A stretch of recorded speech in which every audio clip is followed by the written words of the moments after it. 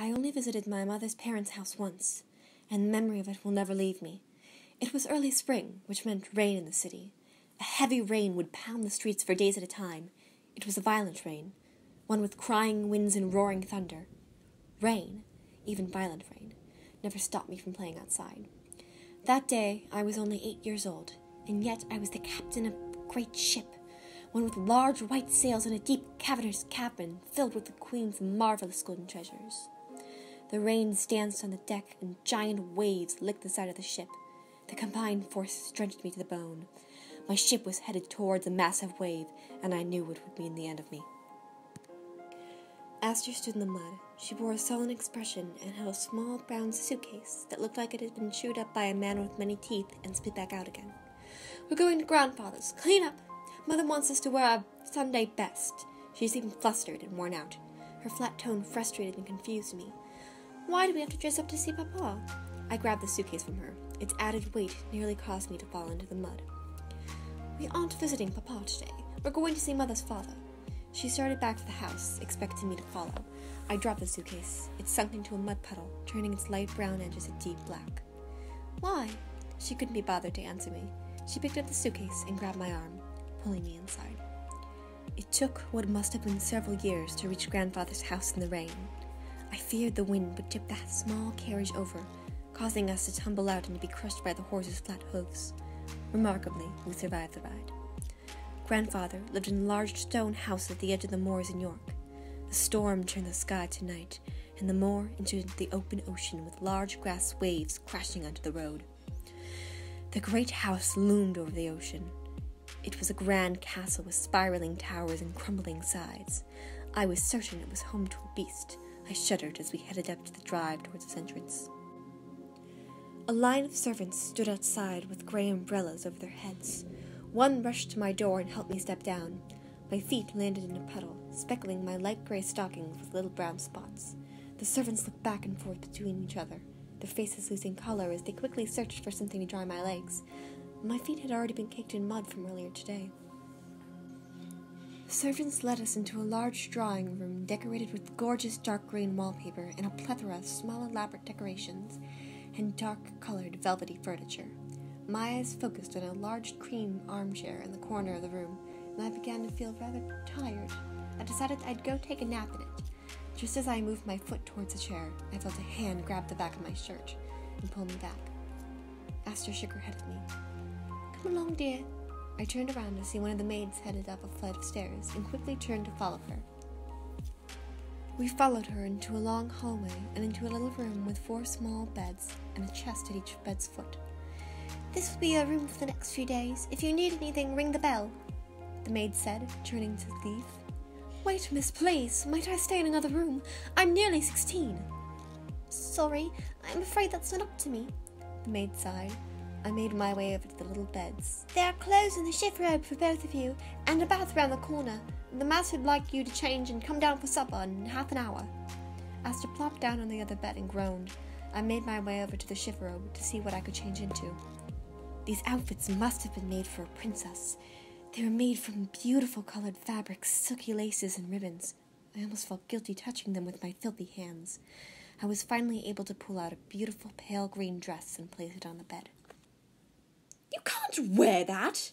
snapped Aster, sitting up on the bed.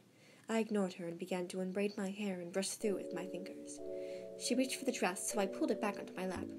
"Those clothes don't belong to us. Put it back." I stuck my tongue out at her and began searching for a hair ribbon to match the dress. "Fine, dress up like the doll. I'm staying with what I have on." I couldn't understand how Aster didn't like this. We were being gifted to stay at a castle.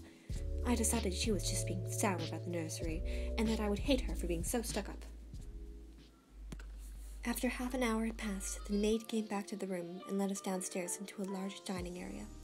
The table was surrounded by people I'd never seen before, and I was beginning to get nervous. "Come on, Violet," Aster said, tugging my arm. I still hated her, but sticking with her was better than trying to make it alone in this flock of birds. I decided that they were birds due to the outrageous amount of feathers on the woman's clothing. As soon as we sat down, an older man at the end of the table rose and lifted his glass. "Before we start, I'd like to propose a toast to my daughter, Rose."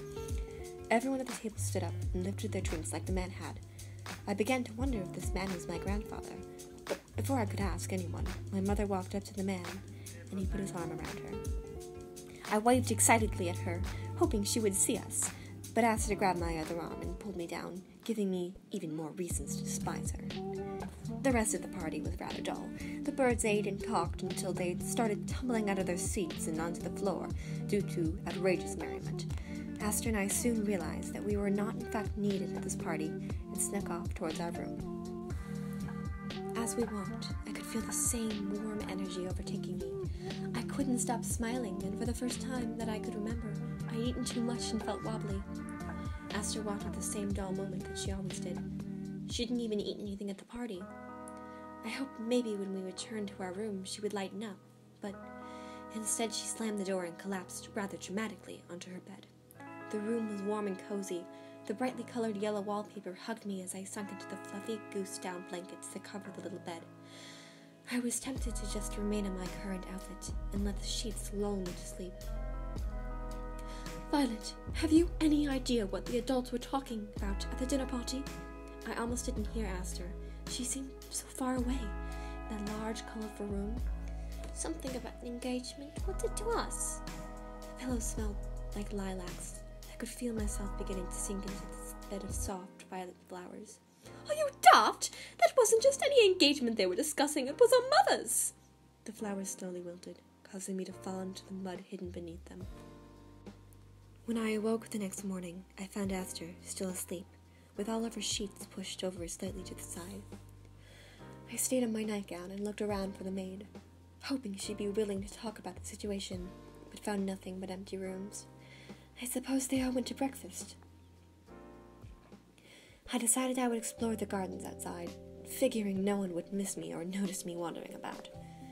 The gardens were mainly small fenced-off areas filled with shrubberies.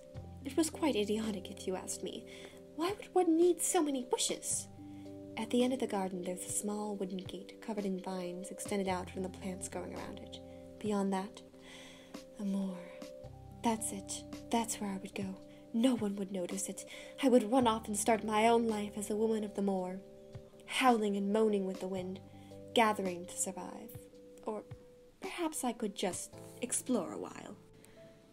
Just beyond the fence, there was a small hill covered in grasses. It was surrounded by thick brambles and blueberry bushes. A fortress of solitude. There I would lie, atop my fortress, surrounded by a wall of brambles, awaiting whatever came next. It would be a tragic and poetic end. I climbed up the small hill and sat down in the middle of it. The grasses devoured me, leaving just my head poking out the top. The wet green grasses and cool-colored berries left stains on my crisp white nightgown and dark black boots. No matter, they wouldn't need these clothes. We were leaving. It couldn't be any other way. As I sat there, plotting my doom, a small, inky black cat jumped out from behind the brambles and made its way towards me. I'm uncertain as to what happened next. One moment, I was watching a cat, and the next, I felt myself tumbling towards the brambles. I closed my eyes. The ground seemed to be flying away from me. As I made my way down the hill, I imagined my small body being pierced by the many thorns and brambles. I imagined I'd be severely injured by the end of it, and yet I wasn't. When I opened my eyes, I was lying far from the brambles in the grass next to the hill. Had I just imagined falling? We never went back to my grandfather's house. 2 years after first visiting and learning of the engagement, we moved into our new stepfather's home. I never found out what happened that day in the moor.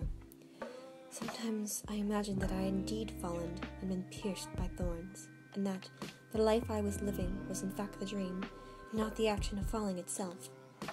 I wished I could have seen that little black cat one more time.